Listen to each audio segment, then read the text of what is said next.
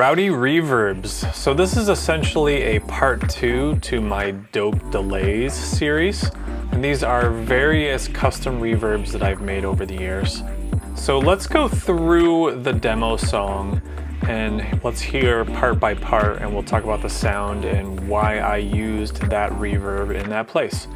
Okay, so let's look at my fantastic freezer. There's a handful of macros. So the freeze is basically how much of this effect we're using.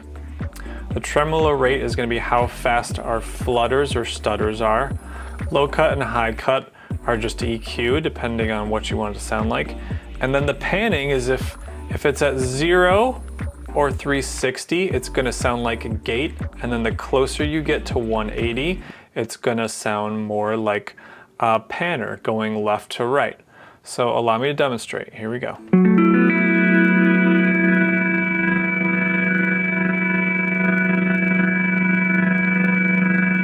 Okay, so we have this now. Let me change the rate. Slower, right? Now here's our EQ. We can make it darker. And now our pan.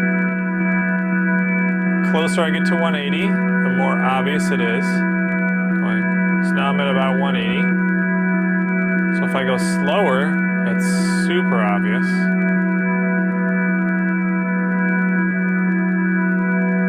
If I go fast, it's a really fast auto pen. I go back to 0. It just sounds like a gate. So the fantastic freezer, let's actually dissect this a little bit more on this Rode sound. Here is the part, isolated.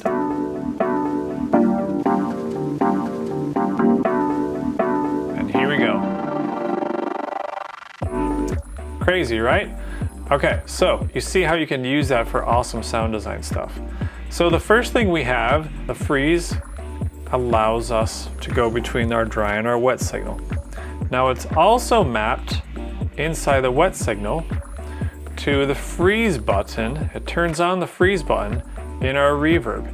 And if you're curious about any of these macro mappings, you can simply hit map and you can look up here for the mapping parameters. Okay, so we got dry and wet. It also turns on the freeze. It also turns up the amount of the auto pan. So the auto pan is where we're getting all of our stutters, right? And so we also talked about the rate. So our tremolo rate knob is mapped to right here. And then our panning knob here is also mapped to the phase. And then we have a compressor at the end of it, which just kind of makes the effect a little bit more loud. I find that it makes the panning more obvious.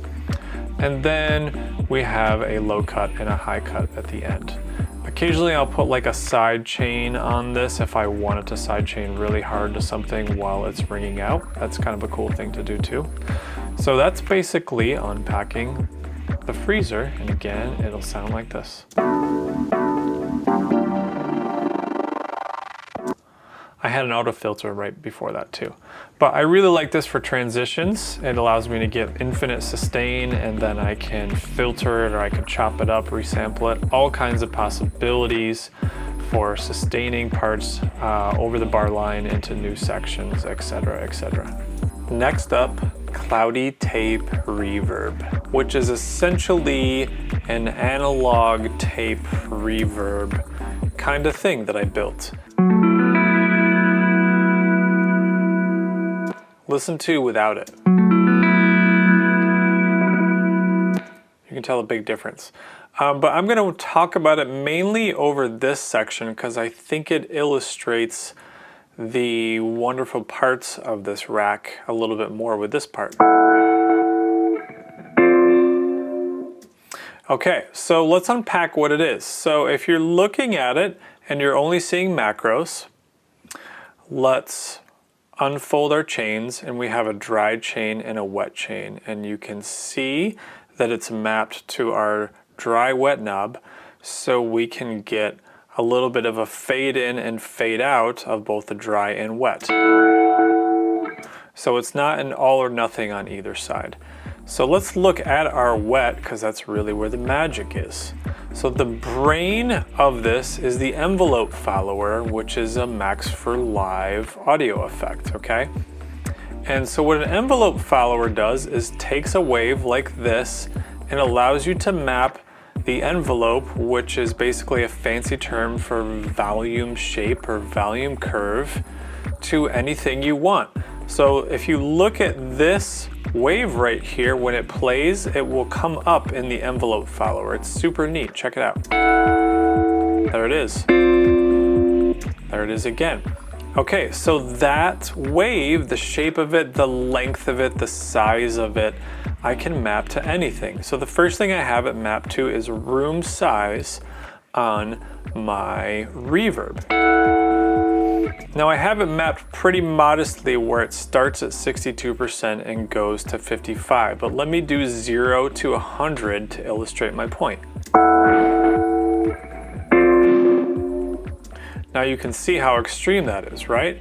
So let me have it back to where I was like 55, 62, maybe the reverse, either way, it doesn't really matter. My point here is I can unfold more mappings, and I'm not married to any of these numbers, and in fact, realistically, I'm changing these numbers song to song, okay? So I have room size mapped to this wave right here. I also have dry wet of my reverb. So what if I do 0 to 100? What does that sound like? Yeah, no reverb and then a lot of reverb, right? And then I also have the frequency of my auto filter mapped to this audio wave. So as it gets louder, it gets brighter. And I also have this mapped to the fine tuning knob of my frequency shifter. So the change in reverb size and amount and the auto filter frequency and the pitch shifting fine tuning frequencies of my frequency shifter all together give it this real time reaction to whatever audio I'm playing through it. And it really gives it this old-fashioned lo-fi kind of feel. It's pretty cool, I love it. Over here I also have a wow macro. So that is mapped to the gain, which is essentially how much of this guitar line I'm feeding to it. So when I have more wow, I may find that my parameters are more extreme. The first obvious thing is the frequency of the auto filter. It just jumps all the way to the top. So if I was going to have that kind of setting, I might want to bring down the auto filter frequency a little bit. Okay.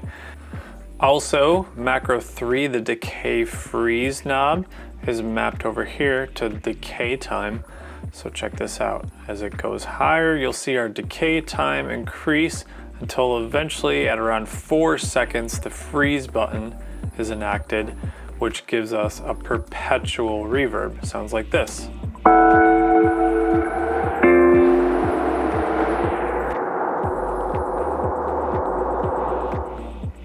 Pretty cool, right? Little fills is the volume for a beat repeat at the end. Micro fills is one of my favorite things to throw on, just kind of keep it there lightly because it adds random variations. If you hear those little rhythmic variations there, that's part of the beat repeat. And then last but not least, low cut and high cut. That is just an EQ at the end of it. So here's the low cut and here's the high cut. So musical example, cutting out the low. Now cutting out the high. So there you have it. That's the tape reverb. A lot of possibilities here. So I hope you enjoy it. And of course, a limiter at the end because practice safe sound design. Okay, so now we're gonna look at Cloud Space Swabs. I put this on a clap.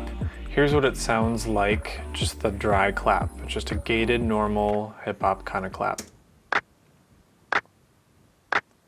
No reverb on it or anything. Now with the space swabs, here we go.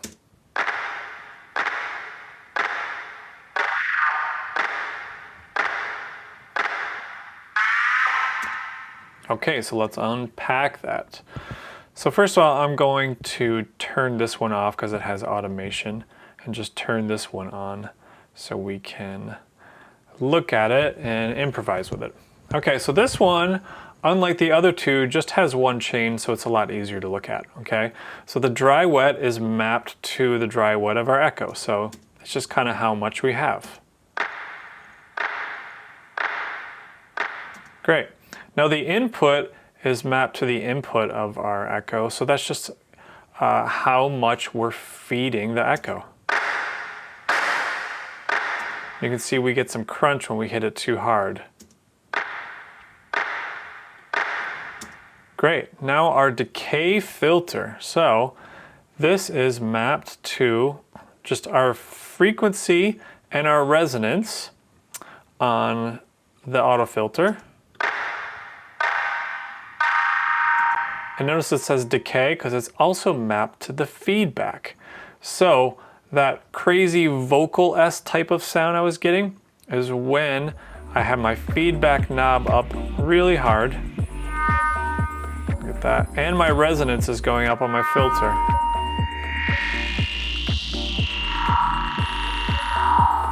So.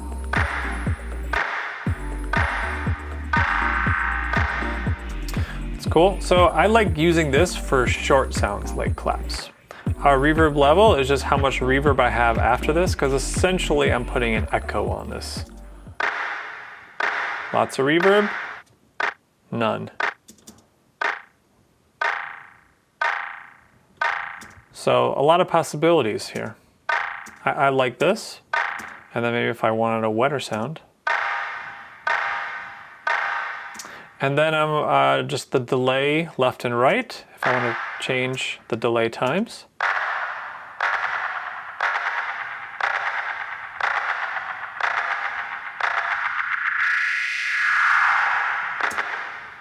Cool. So yeah, I find that this works wonders on shorter kind of sounds. Maybe try it on some longer sounds, but so far I've found mainly use for staccato things, single note things like claps. Also, if it's a short note that has a lot of space between it, then you can really hear it. Whereas if it was maybe like a funky guitar that was a lot of notes, there's not enough empty space to really hear what this effect is doing. So short sounds that are sparse work wonders for the space swabs. All right, last but not least, Sexy Spring Reverb. I'm gonna put it on a drum break. Here is the drum break without this reverb on it. It's dope. Now here's it with the Sexy Spring. So what this is a combination of a spring reverb that's part of the Max for Live Convolution Reverb Pro, and then an auto filter. That's all it is. And then I have some macro mapping here. So let's unpack this. Let me turn the auto filter off. So dry wet is just the dry wet of the reverb. Near far is just the position of the reverb. So far away or close. Panning, self-explanatory, right? Left, right. I had a filter mapped to the modulation here, but I couldn't get great results, so I just kind of ghosted on that. So now let's turn on our auto filter. So the filter is the frequency.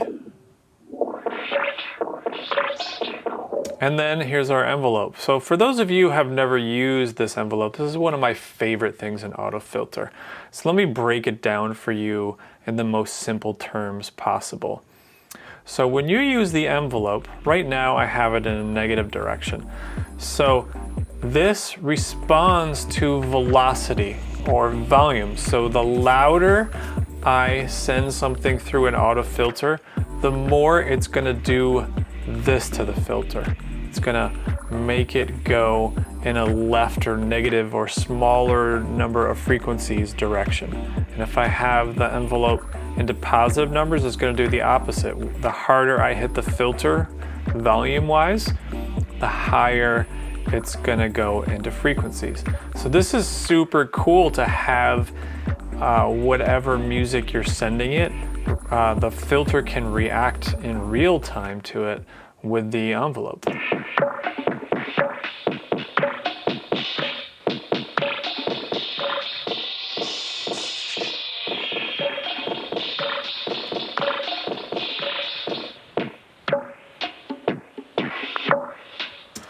So there you go, Sexy Spring. It's a combination of a spring reverb and an auto filter. One more bonus here is one that I made that is based on the Valhalla Supermassive. Pick this up. I put this in here because it's a new free reverb from Valhalla. I have several of their products and they're all great. So I just threw this into a rack and it's got a little bit of a compression to make it more intense. And then I mapped the mix or the dry wet and then our delay time and our warp amount to different macros, and I put them on this clap. The clap in and of itself sounds like this. Okay, now with Valhalla.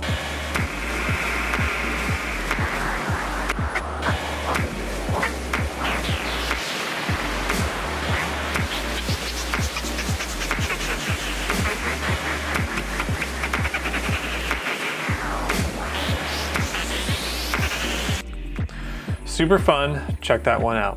Thanks for watching, see you next time. Thanks for watching my dad's videos. His name's Derek and he makes music as Cloudchord, like his hat. I'm also a guitarist and Ableton certified trainer. Every Tuesday I upload new videos, so if you learned something, be sure to like and subscribe. And his hat is really cool.